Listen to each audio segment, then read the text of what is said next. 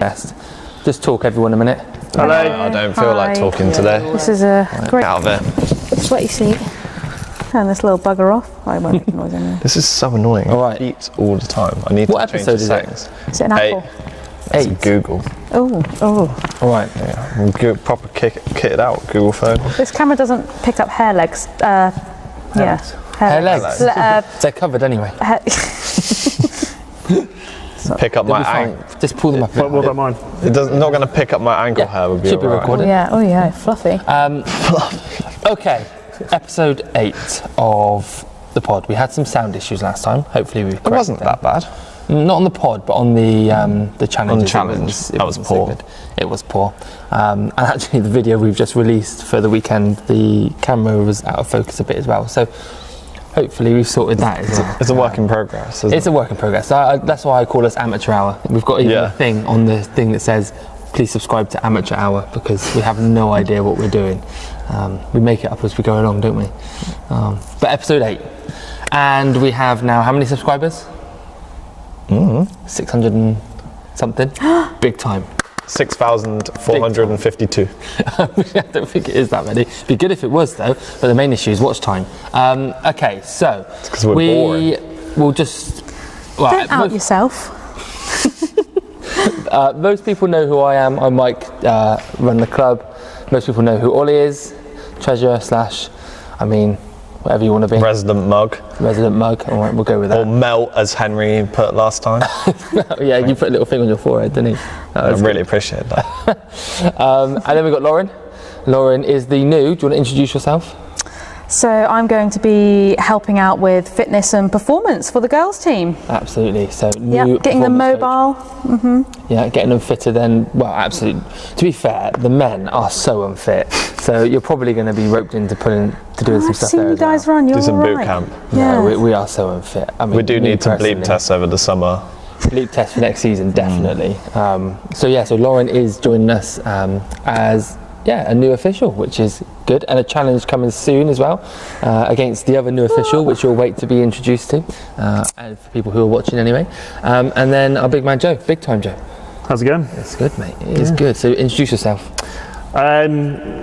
What to say? I'm the goalkeeper. A goalkeeper. Yeah. Another one. A goalkeeper. The goalkeeper. The goalkeeper. I don't know if I'm Number 1. The is. Is it number 1? Pick Oh, yourself up. I'll man. let other people. I don't want I'll to let other upset people say Henry. the, yeah. So you might, edit more obscene words onto my head. So. Yeah, or even mine. I Number mean. 2. Or I yours, think. yeah. But I've been around the block. I suppose I've been involved in futsal in England since 2008. So this is it's changed a lot. But we can talk a bit about that when it comes to the North London game, because I think I think there's some questions there about how the whole thing's developed and how we're still at this position where teams are bailing out 2 days before matches. Let's not spoil it. I'm getting ahead of myself. All right, so the first one we're going to talk about is our game at the weekend against London International.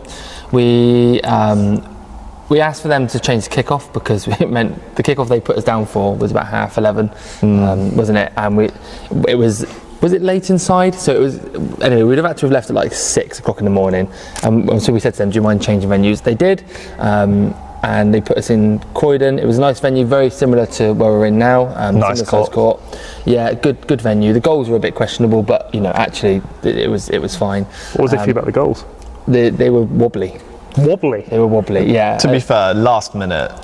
Yeah, it is what it is. Yeah, I'm not. They were fine for the game, but they were not necessarily structurally as sound as what you would want them to be as a goalkeeper. I think.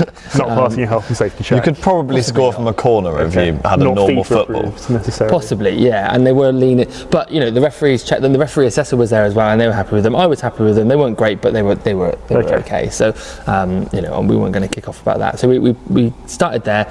We went into the game. Feeling more confident than what we have done in recent weeks, because we had a fuller squad.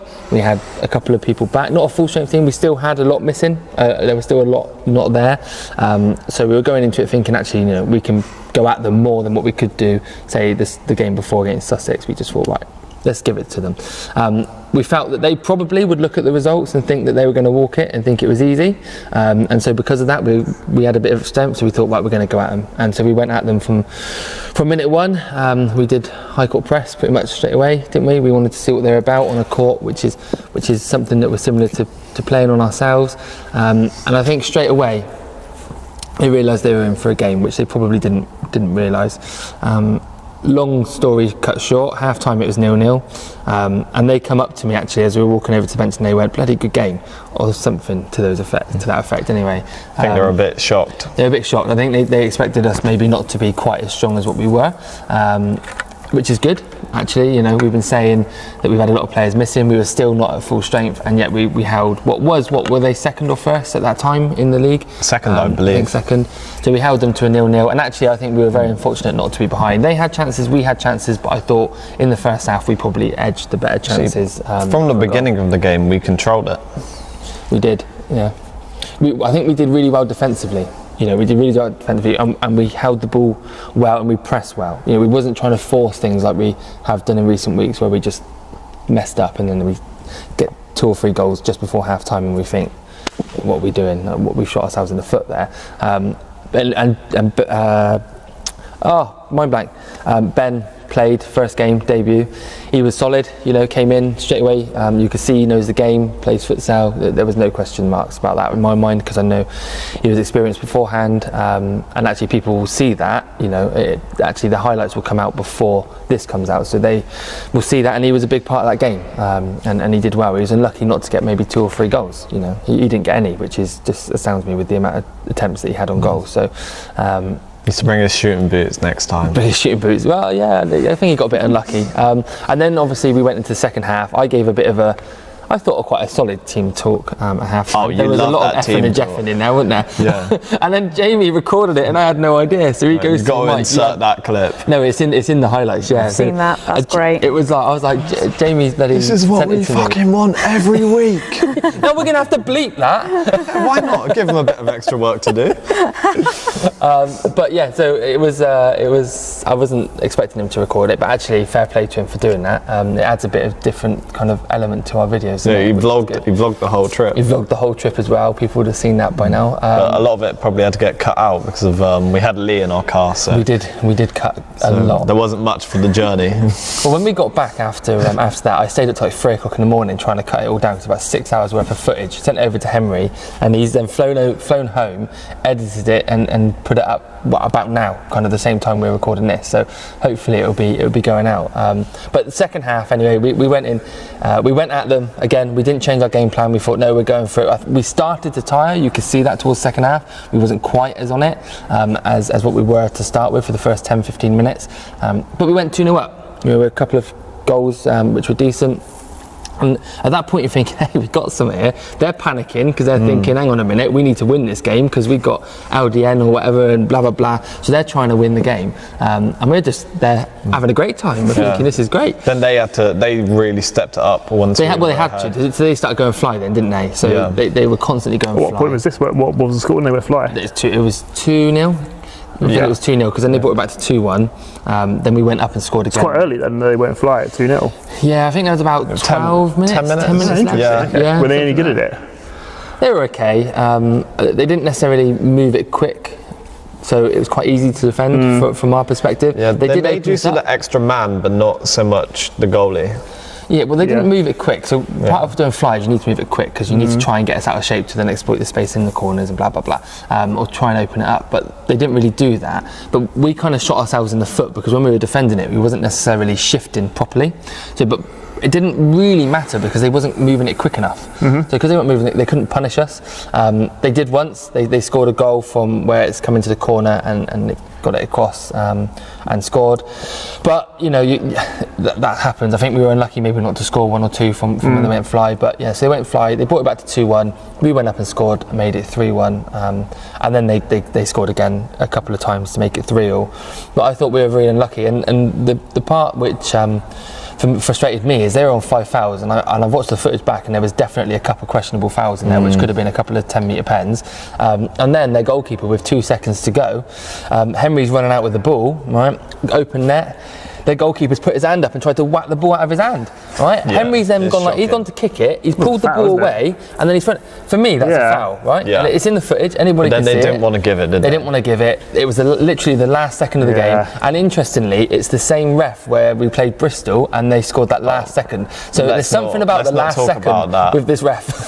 There's something about it which is just not good. But for me, that's a foul, and we should have a 10-metre penalty kick, last kick of the game, and probably get. Did feel get the like win. almost made us feel like 2 points lost. Oh, it definitely felt like because we were 1 point leading. gained. Yeah, we were leading most of the game. So it is what it is. But Good showing, good result. it was a much better performance, wasn't it? It was much better. But you get that when you've got more depth in the team. You know, Yeah. and because you need to be able to change, you need to be able to vary what you're doing and adjust things, and we were able to do that, not fully, but we were able to put a couple of different styles on the court, which really helped us and keep the momentum going, so it could press them. And to be fair, they're a good team, good individual ball players. You know, I think they'll be feeling equally aggrieved that they didn't get the win, but Yeah. it is what it is. You know, we're annoyed, they're annoyed. I think it was quite a close game, so that's just how it is, really, isn't it? So. Just because I'm conscious of time, we were meant to have London Hawks this weekend. They messaged this morning to say that they're unable to field a team on a Friday, which is just glorious. They did give the league the heads up yesterday to say that they may not be able to do it. For me, it's really frustrating. You know, we travelled to Sussex knowing that actually it's very unlikely we were going to get anything from that game, right? That's not disrespectful to the players that travelled. I was one of them. It was just the reality. We knew they were a strong team. We knew the team we were taking. We knew we weren't going to win. We knew we weren't going to get anything from it. You've got a team to field. You field a team. Exactly. Yeah, you go. And I don't know if they did have a team. They've said something around exams and young lads and not having people, but it is what it is. So we'll talk about it in a second, but we have now got a friendly against Bournemouth. Bournemouth are Bournemouth Uni, that is. They're one of the better uni teams in the country, which is great. So we're going to play them here. Thanks to them for stepping in and kind of doing that last minute. They're not bringing all their players, they're bringing a few. But there's enough for us to put on a game, and we'll do that. It's really important for us that we can have that forward momentum going into hopefully what will be LDN semi-final, and a good squad that we'll have. So trying to try some things and seeing where we get to with that. Is that the next game?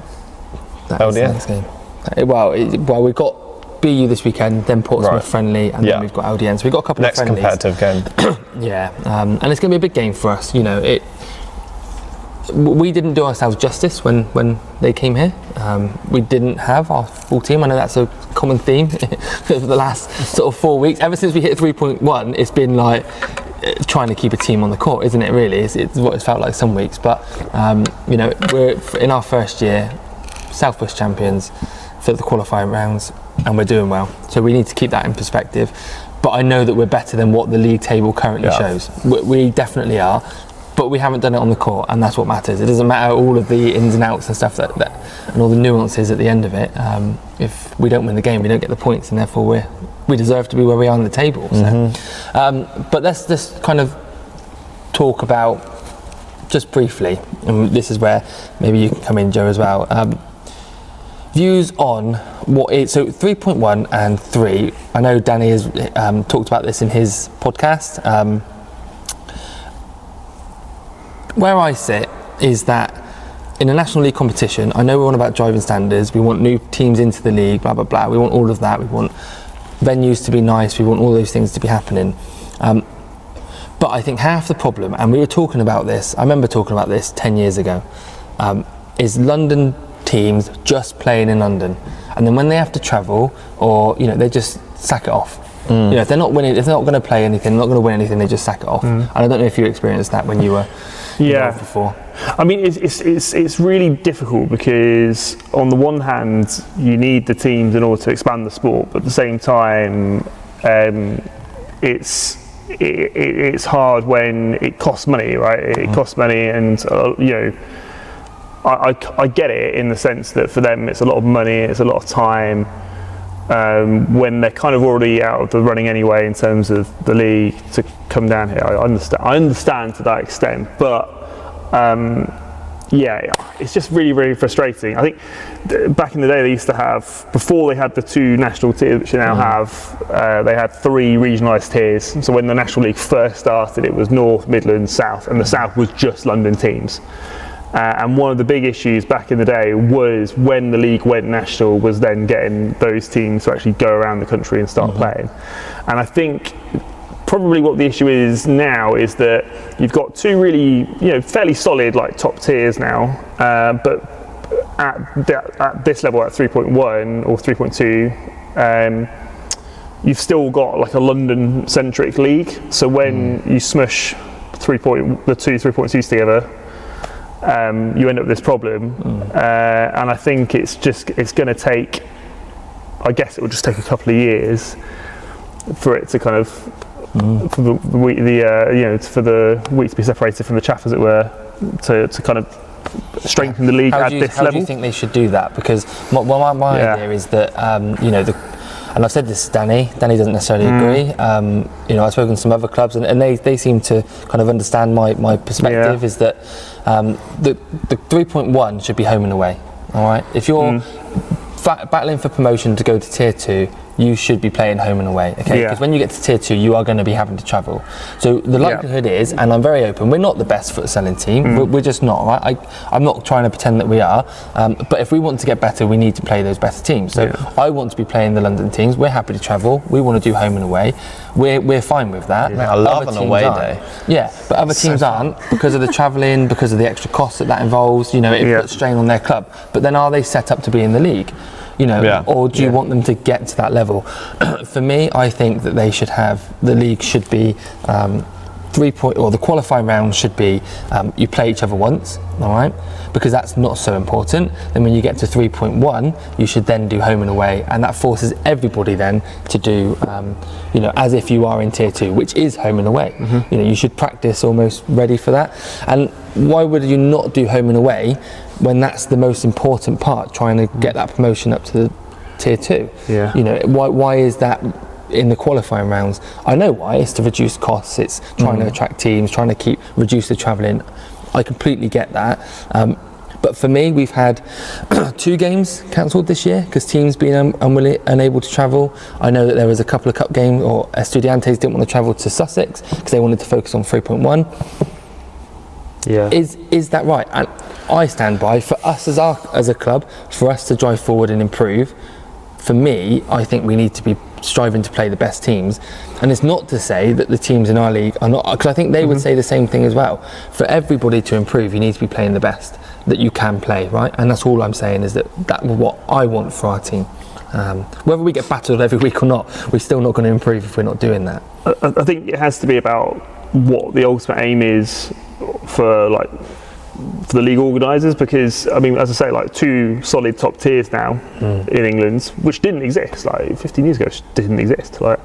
And if the aim now, as it probably should be, is let's consolidate 3 or 4 strong regional leagues, which kind of filter into that second tier, which would basically be what it is like in Spain. They've got 2 top tiers at national level, and then they've got, and in Finland as well, actually, they've got 2 strong tiers at national level, and then it filters into 3 or 4 regional tiers. I think in Spain it's 6 or something.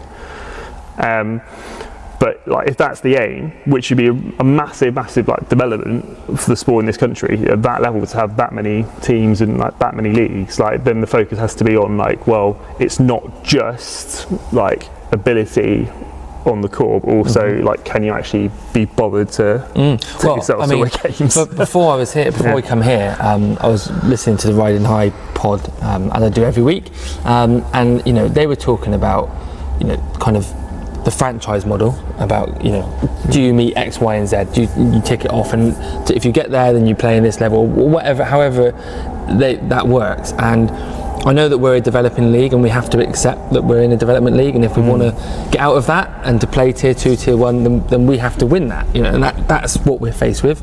I have no problem with that, but I think for me it could just be done slightly better.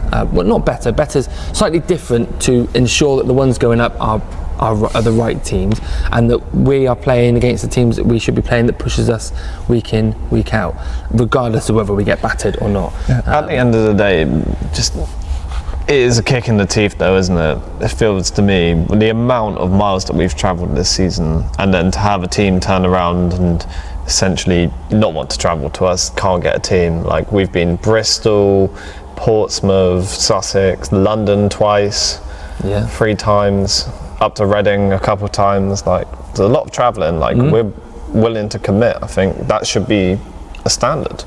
It should, and you know they'll get fined, and it's up to kind of the committee to follow the rules and all that stuff that are in there. We're always going to have teams pull out. Right, we're an amateur sport. It's an expensive sport to get involved in. Where do you set the line for entry? Venues, costs, willingness to travel, home and away. It's really difficult because without where we're at now, probably half the teams wouldn't be in the league because they weren't given that chance anyway. So do you let them come in at the base level and then hope that they improve over time, or do you say actually you need to hit this level first to then be able to improve? Chicken and egg for me. I think it's an impossible thing, but for me as chairman and kind of in charge of this club, that's what I want us to be playing the best, and I want us to be having the best venues against the best teams, putting on the best events to drive the sport forward, because I think we are able to do that. Regardless of whether we're the best team or not, which we're not. But it take a long time for us to get there. But it's about trying to drive forward and the intentions around the club, isn't it? If you're just in it to just turn up, play what is essentially 5-a-side, and then go home. Yeah. Is it the league for you? You can do that in the local league, can't you? Yeah. Well, I think we like the London teams because there are like so many of them. Like, one solution might be the 3.1 is the best of the teams in the southwest, plus like the teams in London who are like able to commit to playing at that level in terms of like the travel. And then there's so many teams in London anyway that for those who can't actually make it or need to kind of figure out how they would actually go about like being able to commit that much time, then you could just have like a 3.2, which is just London teams underneath that, but have like a really strong feeder league, which is just London. Well, I talked to Danny about tier 3 and the tier 4. The ones who want to play local can basically be what is essentially 3.2 now, and then you fight your way through that. Those who are happy to travel and willing to commit to that, they can go into what is tier 3. I don't know what the solution is. Everyone will have different views. That's my view anyway. I speak for the club, but that's where I sit on it. I think it's really important that we get it right and we strike the balance, which is why I think similar format, just flip it for the home and away. We may miss out. We may get drawn and go away and have some absolute stinkers and not getting it. But actually, that would be on us, and then we go away. But let's move on from that, because I could talk about that till I'm blue in the face. And we are supposed to be doing challenges in a minute, which is going to run out of time. We started late. I think. So just a quick mention to Dave. So you guys wouldn't have seen the podcast. But Dave was trying to defend himself around that we got him, and he basically was saying that, he thought that I was leaving because we were dog, right? Okay, and that's what he thought. So he thought, I just thought it was because they were crap, so he's leaving, right? That's what he said. Look, you justify it however you want, Dave. All right. Put us on that hit list. I was going to try and get a balloon up on the goal with your face on it, but we couldn't do that. Well, we could always have some creative editing. Creative editing, yeah. Henry, if you can, Dave's face to join us on the pod, please. But no, and actually, but they talk a lot of sense, and I agree with a lot of what they're saying around kind of players and structure of kind of all their bits. You can go and watch it if you're interested. But I just wanted to throw it in there because he said bring the banter, so we'll bring the banter. We'll throw the fishing rods and we'll try and reel them in. Okay, cool. Is there anything else to talk about? Or was that it? Look forward to the challenges. Challenges now. People need to watch them. Let's go, because everyone's been looking in the window going, they're taking so long. Yeah, all right then. All right, cool. Cheers then. Pod finished. Pod finished. Get the fuck out of it. Sweaty seat.